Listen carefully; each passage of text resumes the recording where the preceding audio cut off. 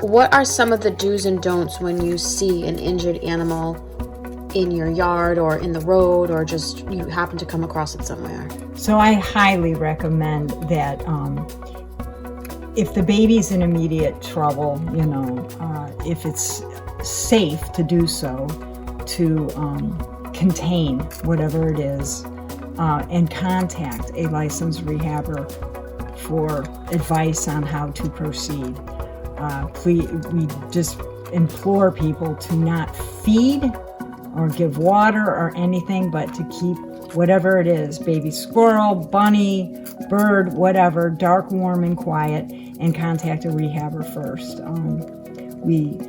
You can do so much more harm trying to feed a cold, dehydrated baby and inappropriate food. So dark, warm, and quiet, and call a rehabber.